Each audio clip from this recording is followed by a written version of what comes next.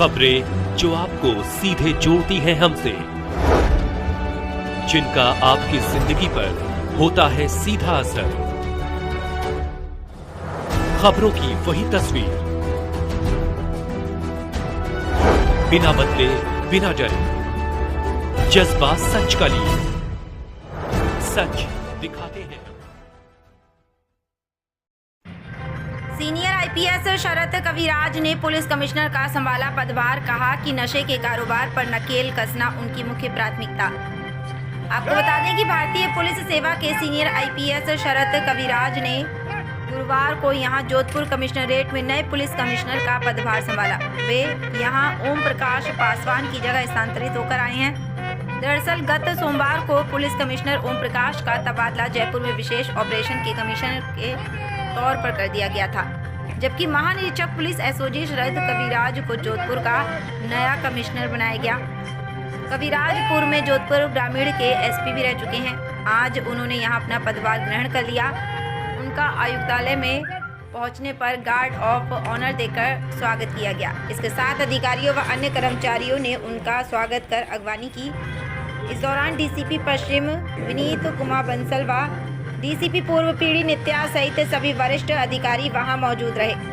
पदभार संभालने के बाद मीडिया से बातचीत में पुलिस कमिश्नर शरद कविराज ने अपनी प्राथमिकताओं को स्पष्ट किया। उन्होंने कहा कि शहर में संगठित अपराध पर लगाम लगाना और नशे के कारोबार पर नकेल कसना उनकी मुख्य प्राथमिकता रहेगी। उन्होंने आधुनिक समय की चुनौतियों को देखते हुए साइबर अपराध के नियंत्रण पर भी विशेष ध्यान देने की बात कही।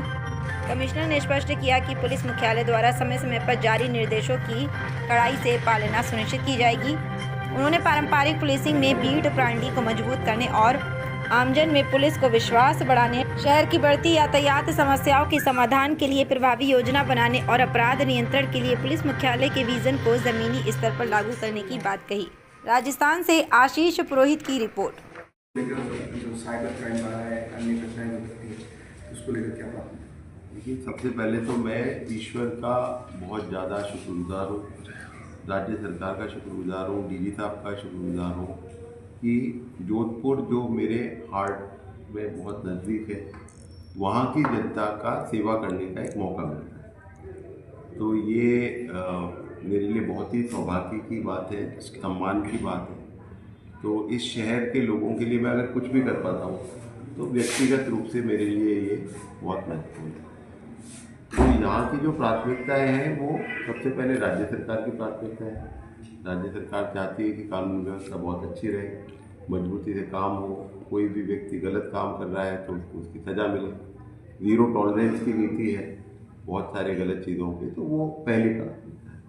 उसी तरह डीजी साहब के पीएचक्यू की अपनी प्राथमिकता है, वो बहुत सोच समझ के बनाई हुई है।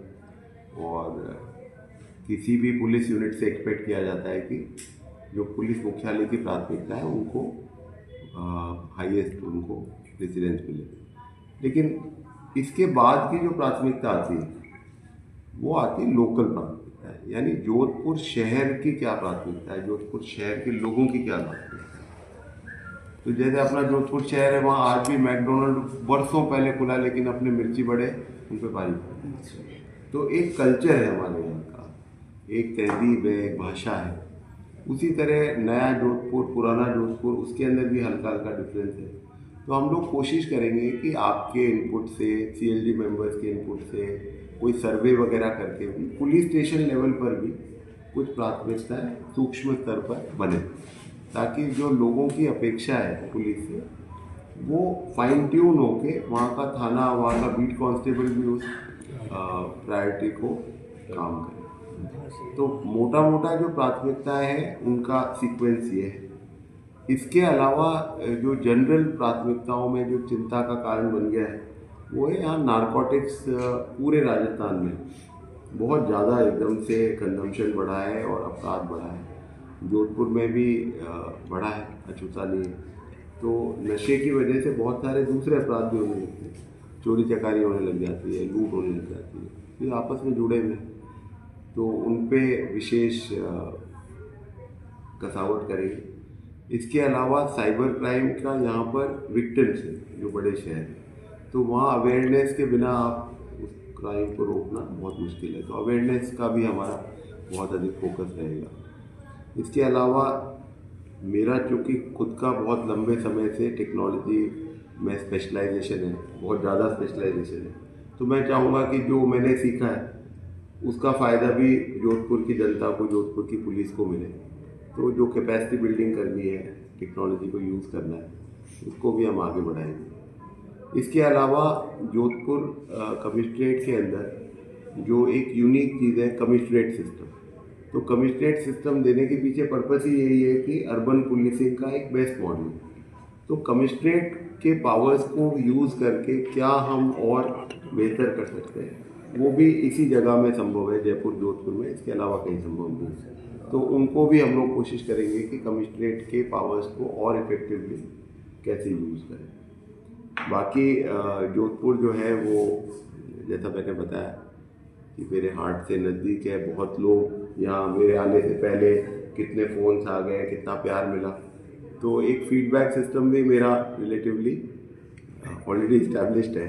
तो जो अच्छा भला बुरा होगा वो मेरे तक आएगा।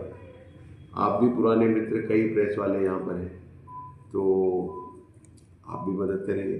तो मैं श्योर हूँ कि आने वाले टाइम में जोधपुर पुलिस को हम जो भी बेहतर से बेहतर दे सकते हैं उसका प्रयास करेंगे। ठीक है। तो मैं अभी एसओजी से ही आ रहा हूँ और मेरे को बढ़ती माफिया के बारे में काफ़ी पता है, और बढ़ती माफिया के लिए एसओजी के रूप में हमारा जो ऑर्गेनाइजेशन है वो बेहतरीन काम कर रहा है, बहुत अच्छा काम किया है।